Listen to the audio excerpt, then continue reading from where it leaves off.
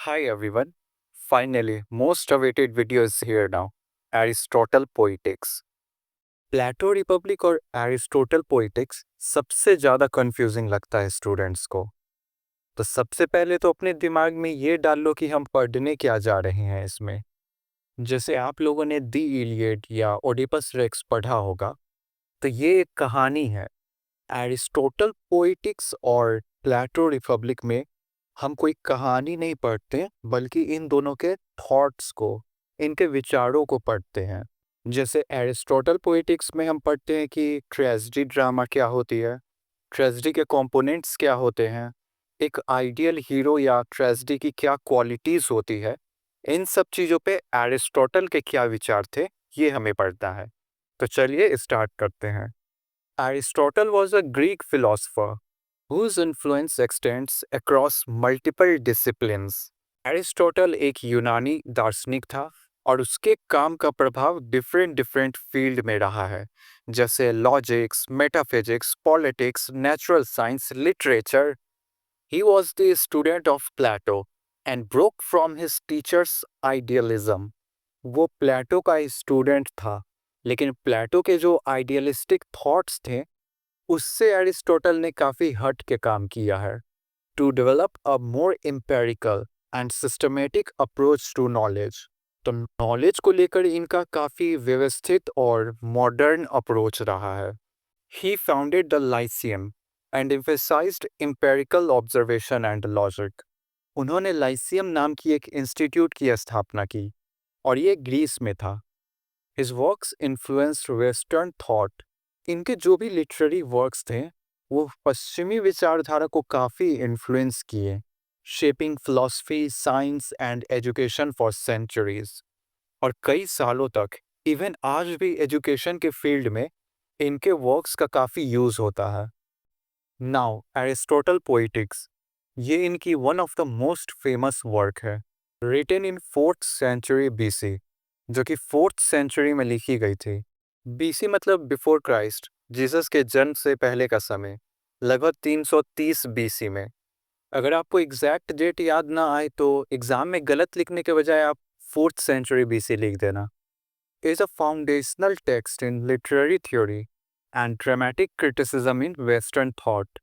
इनकी ये work poetics western world में लिटरेचर फील्ड और ड्रामेटिक क्रिटिसिज्म का आधार बना, focusing on the structure and purpose of poetry, particularly tragedy and epic. और इसमें मेन फोकस किसी भी पोइट्री की जो स्ट्रक्चर है उसे लिखने का क्या तौर तरीका है, इस पर किया गया है। मेनली ट्रेजेडी और एपिक। ट्रेजेडी हम ऐसे ड्रामा को कहते हैं जिसमें हीरो का डाउनफॉल हो जाता है लास्ट में, जैसे टाइटैनिक मूवी में ही देख लो। मतलब जिसमें हैप्पी एंडिंग ना हो because of downfall of the protagonist. और एपिक पोइट्री की वो टाइप है जिसमें माइथोलॉजिकल एलिमेंट्स का जिक्र हो और ये काफ़ी लेंदी होती है, जैसे रामायण, महाभारत। ये पोइट्री के फॉर्म में लिखी गई है और इसमें हिंदू माइथोलॉजी का जिक्र है, तो इसे हम एपिक बोलेंगे। दी इलियड भी एक एपिक है। Now we will see Aristotle ने ट्रेजेडी की क्या डेफिनेशन दी है। He defines tragedy as an imitation of an action. Imitation का मतलब नकल, मीन्स ट्रेजेडी रियल लाइफ में होने वाली किसी भी एक्शन की एक नकल है। दैट इज सीरियस, उसमें गंभीरता होनी चाहिए। ऑब्वियसली एक ट्रेजेडी है, ना कि कोई कॉमेडी या रोमांस। कंप्लीट ड्रामा में 3 पार्ट्स हैं, बिगिनिंग ड्रामा की शुरुआत, मिडिल पार्ट और फिर उसका अंत, एंड पार्ट। और इसमें जो भी इंसिडेंट्स होते हैं वो एक प्रॉपर सीक्वेंस में होने चाहिए जो स्टोरी को पूरी तरह से कंप्लीट बनाए end of a certain magnitude. Drama ना तो बहुत ज़्यादा छोटी होनी चाहिए जैसे 1-2 मिनट की, और ना कई घंटों जितना लेंदी होना चाहिए, and embellished with each kind of artistic ornament. Tragedy की लैंग्वेज काफ़ी इन्हांस्ड हो, ना कि डेली लाइफ में बोली जाने वाली आम भाषा की तरह से। इसके लिए आप पोइटिक डिवाइसेस, रिदम, इन सब को इंक्लूड करें। जैसे हम अपने डेली लाइफ में हिंदी में बातचीत करते हैं, लेकिन अगर हिंदी फिल्म देखें, वो भी हिंदी लैंग्वेज में ही बनी है, लेकिन उसमें जो डायलॉग्स यूज़ होते हैं बोलने का जो तरीका होता है, इस टाइप से स्क्रिप्ट तैयार किया जाता है कि जिससे ऑडियंस काफ़ी ज़्यादा इंटरेस्ट ले, ऑडियंस में काफ़ी अच्छा इंप्रेशन बने। वही चीज़ यहाँ भी है। The several kinds being found in separate parts of the play in the form of action, not of narrative. जरूरी है कि आपको एक्शन परफॉर्म करके ऑडियंस को दिखानी है, ना कि ओरली बस कहानी हम सुना दे रहे हैं। दो pity and fear affecting the proper purgation of these emotions. Audience में pity, दया और fear, डर वाली फीलिंग एराइज करना। अच्छा, मैं बता दूं कि इस डेफिनेशन में जो भी टर्म्स यूज हुए हैं उसको मैंने फर्दर लिख कर डिफाइन कर दिया है। जैसे इमिटेशन ऑफ एक्शन से हमारा क्या मतलब है, कंप्लीट, इसका मतलब है कि ट्रेजेडी में बिगनिंग, मिडिल और एंड पार्ट होनी चाहिए। अब एग्जाम में कितने मार्क्स का क्वेश्चन आया है उस हिसाब से आप आंसर के लेंथ को मैनेज करना। अगर क्वेश्चन ये आ जाता है कि एलिमेंट्स ऑफ ट्रेजेडी डिफाइन करो, तो आप ट्रेजेडी का एक ब्रीफ इंट्रोडक्शन, एरिस्टोटल का क्या थॉट्स थे, ये लिखने से आंसर स्टार्ट कर सकते हो। फिर जितने भी एलिमेंट्स हैं वो लिख देना। उस वक्त आपको ये सभी टर्म्स लिखकर एक्सप्लेन करने की जरूरत नहीं है। क्वेश्चन में आपसे अगर व्हाट इज ट्रेजेडी पूछे, तब आप डेफिनेशन लिखकर इन सभी टर्म्स को मेंशन करके एक्सप्लेन कर देना। और ये सभी टर्म्स को हमने डेफिनेशन में ही समझ लिया है, आप बस इसे अपने नोट्स में लिख लो। नाउ कंपोनेंट्स ऑफ ट्रेजेडी, यहीं से कन्फ्यूजन की शुरुआत होती है। एरिस्टोटल पोइटिक्स की स्टार्टिंग और डेफिनेशन तक तो ठीक था।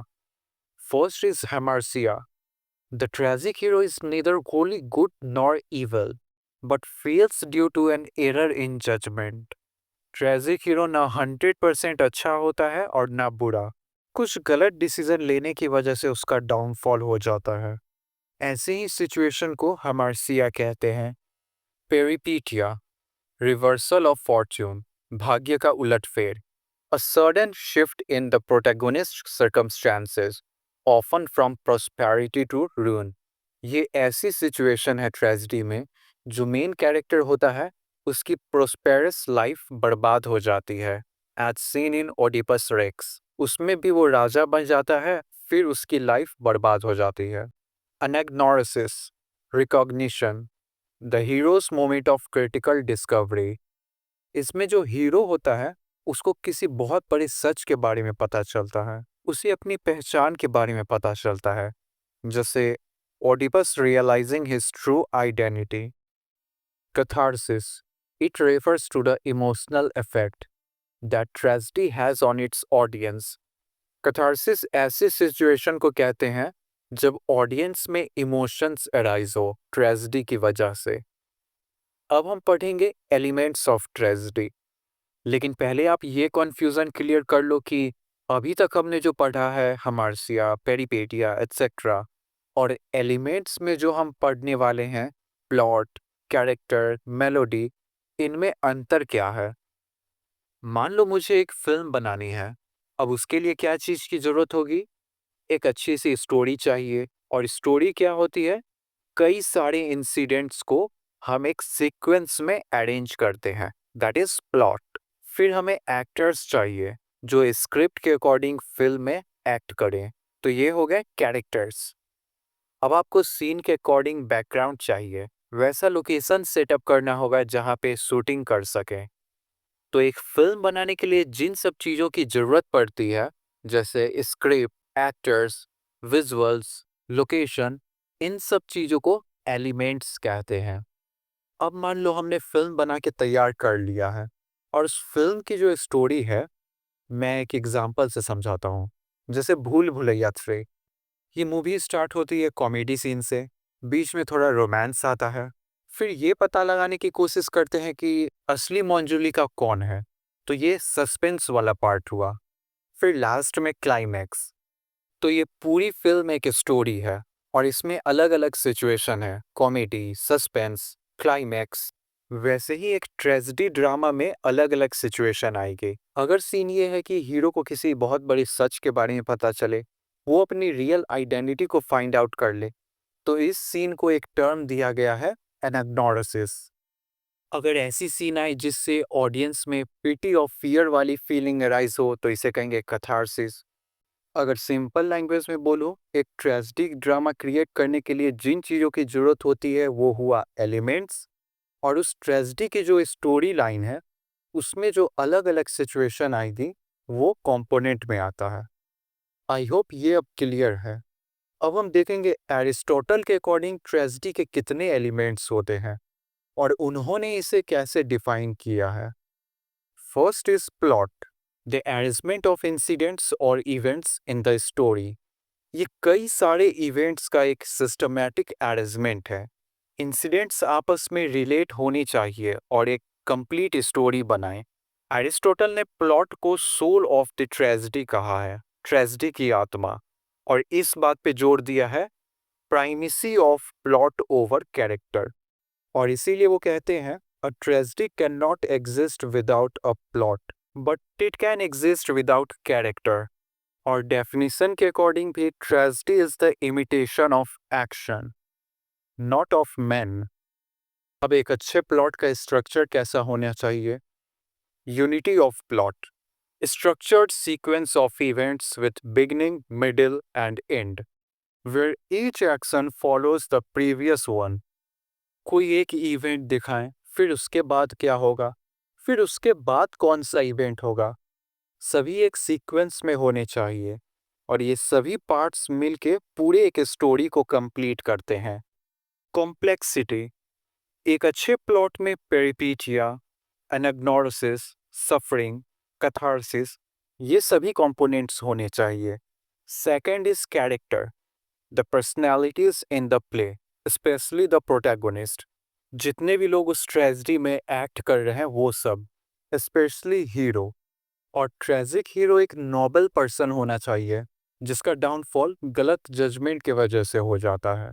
Qualities of a tragic hero, एक ट्रेजिक हीरो की क्या क्वालिटीज होनी चाहिए? गुड और morally upright and dear to everyone, एक मॉरल पर्सन होना चाहिए और सभी लोगों में वो खास हो। Appropriate, action should suit the character, वो इस तरह से एक्ट करे जो उसके कैरेक्टर को सूट करे। Realistic and consistent, his fall affects not just him but an entire community और स्टेट। उसका जो डाउनफॉल हो उससे पूरे कम्युनिटी या पूरे स्टेट को फर्क पड़े।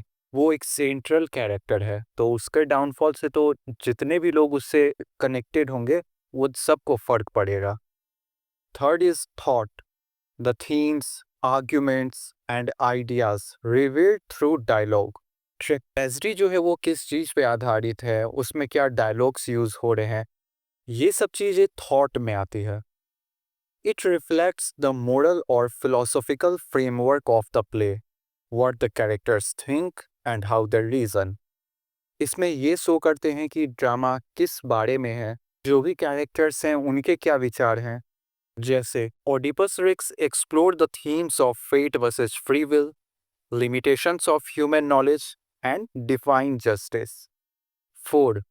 Diction, the choice and style of language used in the tragedy conveys thought and enhances the dramatic effect. Tragedy की भाषा शैली कैसी होनी चाहिए जिससे ऑडियंस में ड्रामा के प्रभाव और ज़्यादा बढ़े, और इसमें ये सारी चीज़ें इंक्लूड है rhythm, clarity, elevated language, drama जिस कॉन्टेक्स्ट में है उसके हिसाब से लैंग्वेज का यूज़ करना। Fifth, melody, the musical elements of the play especially as performed by chorus, adds emotion and lyrical depth. ये ड्रामा के म्यूजिकल एलिमेंट्स है जिसका यूज़ किया जाता है इमोशंस एक्सप्रेस करने के लिए, जैसे सैडनेस, एक्साइटमेंट, और ये कोरस द्वारा गाया जाता है। फोटो में देख सकते हैं इसी ग्रुप को कोरस कहा जाता है। Helps to express mood and reinforce themes. Last element, spectacles, जो भी विजुअल एलिमेंट्स का हम यूज़ करते हैं जैसे सीनरी, कॉस्ट्यूम, स्टेज, लाइटनिंग, ये सब चीज़ें होती है spectacles. It enhances the audience experience but is not essential to emotional impact. इन सब चीज़ों को इंक्लूड करने से ड्रामा और भी ज़्यादा आई कैची और अट्रैक्टिव लगती है। एरिस्टोटल ने भी इसे लीस्ट इम्पॉर्टेंट एलिमेंट कहा है। तो ये रहे सारे एलिमेंट्स। लेकिन एक चीज़ याद रखना, कई जगहों पर कंपोनेंट्स ऑफ ट्रेजेडी को भी एलिमेंट्स में ही इंक्लूड कर लिया जाता है कि ट्रेजेडी के 6 एलिमेंट्स होते हैं और इन 6 के अलावा कुछ एडिशनल कंपोनेंट्स भी होते हैं। तो उससे आप कंफ्यूज मत होना।